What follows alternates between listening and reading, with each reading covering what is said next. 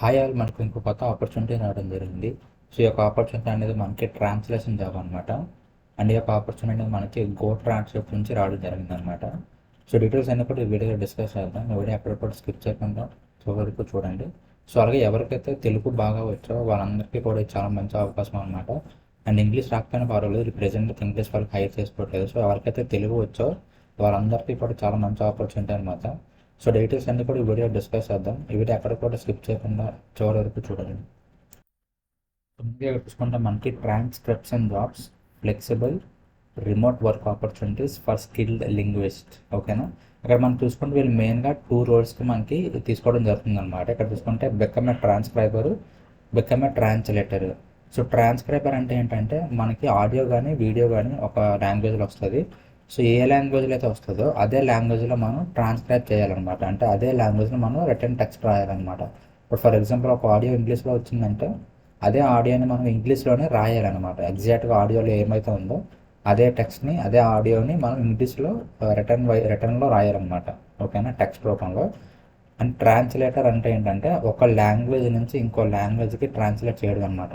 ఇప్పుడు for example మనకు ఒక ఇంగ్లీష్ ఆడియో కానీ ఏదైనా ఇచ్చారంటే ఆ ఇంగ్లీష్ ఆడియోని మనం తెలుగు ఆడియో కింద సేమ్ సెంటెన్స్ సేమ్ వాయిస్తో వాడి మనం తెలుగులో కన్వర్ట్ చేయాలన్నమాట. సేమ్ సెంటెన్స్ ఫార్మేషన్ ఇవన్నీ సేమ్ మీనింగ్తో తెలుగులో అదే ఒక వేరే లాంగ్వేజ్లో ట్రాన్స్లేట్ చేయాలన్నమాట. ఓకేనా, సో ట్రాన్స్లేటర్ అంటే అదనమాట.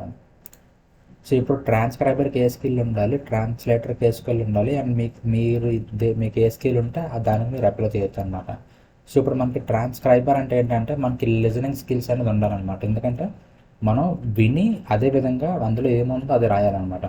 అండ్ ట్రాన్స్లేటర్కి అయితే మీకు ఖచ్చితంగా ఏదో ఒక 2 లాంగ్వేజ్లో మీరు ప్రొఫిషియెంట్ అయి ఉండాలన్నమాట. అయితే మీకు నార్మల్గా ఇంగ్లీష్ తెలుగు కానీ, హిందీ ఇంగ్లీష్ కానీ, హిందీ తెలుగు కానీ, అలాగే ఏదో ఒకటి 2 లాంగ్వేజ్ మీకు ఖచ్చితంగా బాగా వచ్చి ఉండాలన్నమాట. అప్పుడే మీరు ట్రాన్స్లేటర్ అనే జాబ్కి అప్లై చేయొచ్చు అనమాట. ఓకేనా, సో దాన్ని బట్టి మీరు ట్రాన్స్క్రైబర్ కింద అప్లై చేస్తారో ట్రాన్స్లేటర్ కింద అప్లై చేస్తారో మీరు డిసైడ్ చేసుకోవచ్చు. సో మీరు రెండింటిలో దేనికైనా అప్లై చేసుకోవచ్చు అనమాట.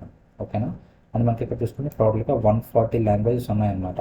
అండ్ మీరు ఇక్కడ చూసుకుంటే ప్రెజెంట్ అయితే ఇంగ్లీష్ అప్లికేషన్స్ వారు టెంపరీగా క్లోజ్ చేశారనమాట. కాకపోతే మిగతా లాంగ్వేజెస్ ఉన్నాయి. సో మిగతా లాంగ్వేజ్ ఏంటి అంటే, సో ఇక్కడ చూసుకుంటే మన వీళ్ళు పీడిఎఫ్ అనేది ప్రొవైడ్ చేస్తారనమాట. లాంగ్వేజ్ సపోర్ట్ చేసిన ఒక పీడిఎఫ్. ఇందులో మనం చూసుకుంటే హిందీ ఉంది, అదేవిధంగా తెలుగు కూడా ఉందన్నమాట. ఓకేనా, సో మనకి తెలుగు ఉంది, తెలుగు వచ్చిన ప్రతి ఒక్కరు కూడా ఈ యొక్క జాబ్కి అప్లై చేసుకోవచ్చు అనమాట. అండ్ అప్లై ప్రాసెస్ కూడా ఈ వీడియో డిస్కస్ చేద్దాం ముఖ్యంగా చివరిలో అండ్లో. సో ఇక్కడ చూసుకుంటే మనకి simple application process, start working in 2 steps అని ఉంది. ఇక్కడ చూసారా, మనకి వీళ్ళు క్లారిటీగా ఏం చెప్తారంటే are you detail oriented with excellent grammar skills in your language. అంటే మనకి ఏదో ఒక లాంగ్వేజ్లో, మనకి తెలుగు అయినా పర్వాలేదు, హిందీ అయినా పర్వాలేదు, ఏదో ఒక లాంగ్వేజ్లో, ఇంగ్లీష్ తప్ప, ఇంగ్లీష్ ప్రజెంట్ వీళ్ళు హైర్ చేసుకోవట్లేదు అనమాట. సో ఫర్ ఎగ్జాంపుల్ మన తెలుగులో మనకి ప్రొఫిషియంట్ అయితే అండ్ ఫాస్ట్ టైపింగ్ స్పీడ్ ఉంటే సరిపోతుంది అనమాట.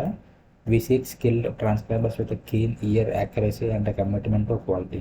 సో మనకి ఏంటంటే detail oriented with excellent grammar skills. ఓకేనా, మనకి గ్రామర్ స్కిల్స్ అనేది మన యొక్క చూసిన లాంగ్వేజ్లో బాగుండాలి. అండ్ అదేవిధంగా మన టైపింగ్ స్పీడ్ అనేది కొంచెం బాగుంటే మనం ఆబ్వియస్గా ఈ యొక్క జాబ్కి ఎలిజిబుల్ అనమాట. అటెండ్ అప్లై చేసుకోవచ్చు కూడా. ఓకేనా, సో మనకి ఒక దానికి గ్లోబల్ వైజ్గా ఎవరైనా సరే అప్లై చేసుకోవచ్చు అనమాట. ఇక్కడ చూసుకుంటే మనకి టోటల్ 140 లాంగ్వేజెస్ ఉన్నాయి. సో ఇందులో మీకు ఏ లాంగ్వేజ్ వస్తే ఆ లాంగ్వేజ్ పిక్ చేసుకోవచ్చు అనమాట. మీకు ఏదో ఒక లాంగ్వేజ్ వస్తే మీరు ట్రాన్స్క్రైబర్ కింద అప్లై చేయొచ్చు, లేదా మీకు మల్టిపుల్ లాంగ్వేజ్ వస్తే ట్రాన్స్లేటర్ కింద మీరు అప్లై చేయొచ్చు అనమాట. అండ్ ఇది ఇండియాలో కాదు, ఎవరైనా సరే అప్లై చేసుకోవచ్చు అనమాట. అండ్ ఇక్కడ చూసుకుంటే ఇది కంప్లీట్గా రిమోట్ ఫ్రీలాన్సింగ్ ఆపర్చునిటీ అనమాట. మీరు ఎక్కడికి వెళ్ళి వర్క్ చేయగలరు, జస్ట్ మీ ఇంట్లో ఉండి మీకు ఇంటర్నెట్ ఉంటే సరిపోతుంది అనమాట, మీరు వర్క్ చేసుకోవచ్చు. అదేవిధంగా మీకు ఈ యొక్క ఫ్రీలాన్సింగ్ టైప్ మీరు అప్లై చేయాలంటే మీకు ఎక్స్పీరియన్స్ లేకపోయినా పర్వాలేదు అనమాట. ఇక్కడ చూసుకుంటే do I need experience to start, no prior experience is required. Okay, so మీకు ఎక్స్పీరియన్స్ అనేది ఏం లేకపోయినా పర్వాలేదు అనమాట. అండ్ ఇక్కడ చూసుకుంటే ట్రాన్స్క్రిప్షన్ కింద ఎవరు అప్లై చేయొచ్చు అంటే, సో ఎవరికైతే స్ట్రాంగ్ లిజనింగ్ చెప్పంటాను మీకు స్టార్టింగ్లో, strong listening, typing, grammar and language skills. So ఎవరికైతే ఉంటే వాళ్ళు డెఫినెట్గా ఈ ట్రాన్స్క్రిప్షన్ అనే జాబ్కి అప్లై చేసుకోవచ్చు అనమాట. ట్రాన్స్క్రిప్షన్ అంటే మనకి ఎందులో అయితే వస్తుందో అందులోనే మనం ట్రాన్స్క్రిప్ట్ చేయాలన్నమాట.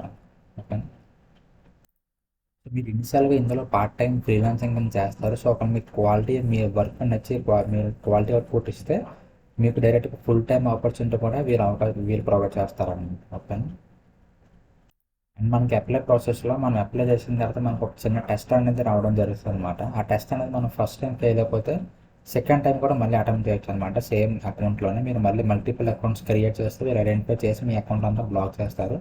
అలా కాకుండా మీకు ఫస్ట్ అటెంప్ట్లోనే ఒకళ్ళు మీరు బై మిస్టేక్ దేనివల్ల ఫెయిల్ అయిపోతే మీరు మళ్ళీ సెకండ్ టైం అప్లై చేయొచ్చు అనమాట. ఓకేనా, సెకండ్ టైం మళ్ళీ అదే టెస్ట్ రాయొచ్చు అనమాట.